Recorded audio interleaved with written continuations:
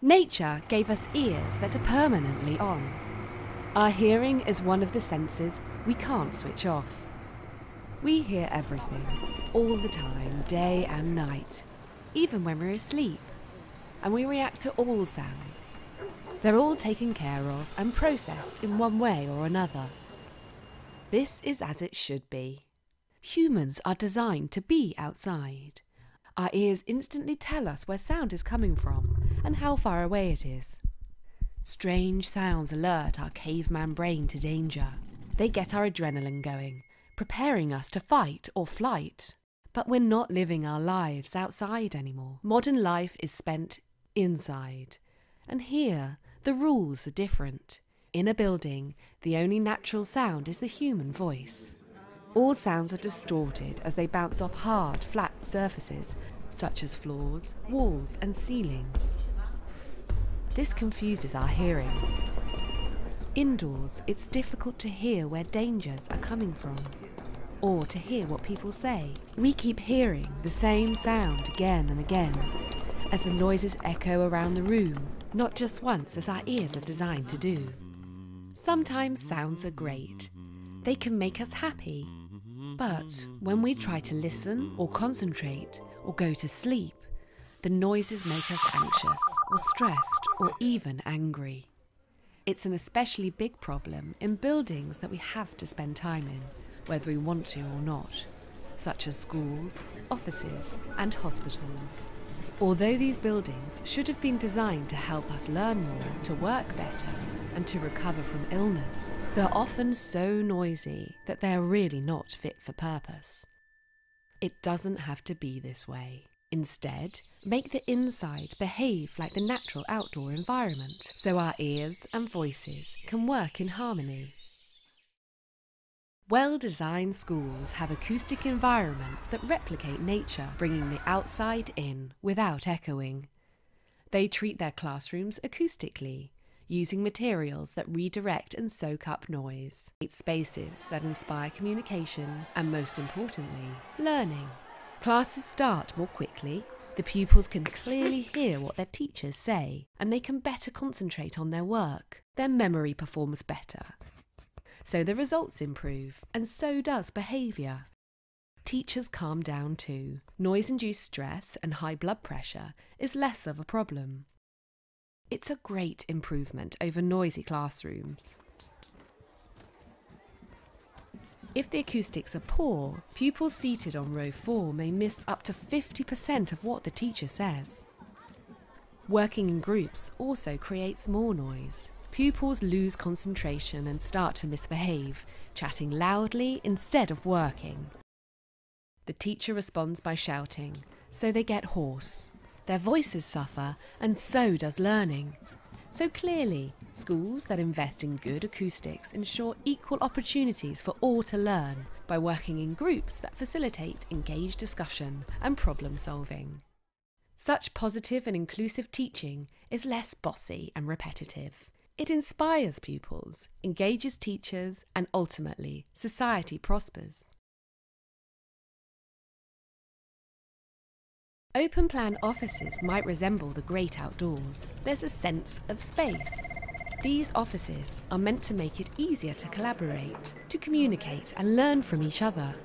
Some people, especially extroverts, find them inspiring. They enjoy the buzz. But open-plan offices can be stressful, especially for introverts. To them, it's a bit like being on a stage. Being seen all the time is bad enough, but at least you can hide behind a screen or a plant. Sounds are harder to control. Speech is a major distraction. We're all curious, so we love hearing what other people are saying. And speech travels freely, around corners and over dividing walls. It bounces off the floors, walls and ceilings. This makes it very hard to concentrate.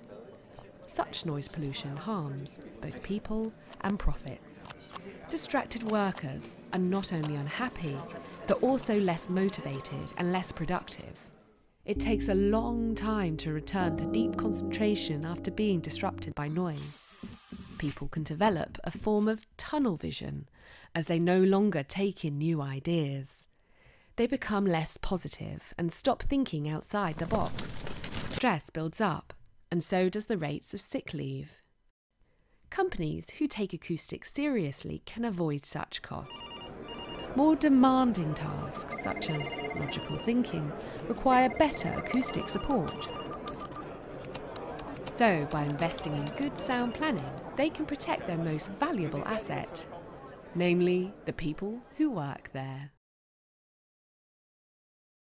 Natural light and a connection with the outdoors. They're common across the health sector, in hospitals, in clinics, in mental health facilities, and in care homes for the elderly.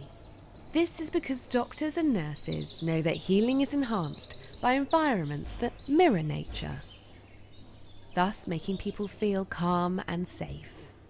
Good acoustic works the same way, and that's especially important here, not least because more than half the patients are over 60. 2 out of 3 people between 60 and 70 have reduced hearing. Some hospitals and care homes have taken acoustics seriously because they know noise can be incredibly damaging to patients and residents. Patients find it hard to fall asleep in noisy hospitals. And it's obviously not easy to get quality sleep when a lot of noise tells their subconscious they're in danger. They get stressed and confused.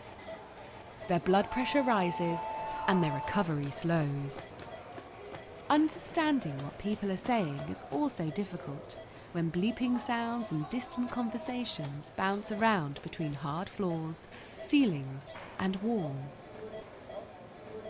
And not being able to understand speech leads to withdrawal, self-doubt, and depression. The noise can be bad for hospital staff too. They make more mistakes. For instance, when dispensing medicine, misunderstandings arise when staff communicate with patients or with each other. Or their own health suffers and they take more sick leave. As such, bad acoustics is expensive in both human and economic terms. When given a choice, patients and residents will steer clear of hospitals and care homes where they don't feel good, and instead go where they feel included and well cared for. Hospitals and care homes that take acoustic planning seriously benefit, and so do their patients and residents. To feel included. And changing our buildings to make sure they do will support everyone, not just those who are hard of hearing or communicate in a second language. Good acoustics make people feel happier and healthier. Society benefits as people learn, work, and heal better. As they're no longer distracted by noise, they're also more proactive and productive. So companies gain and the economy grows.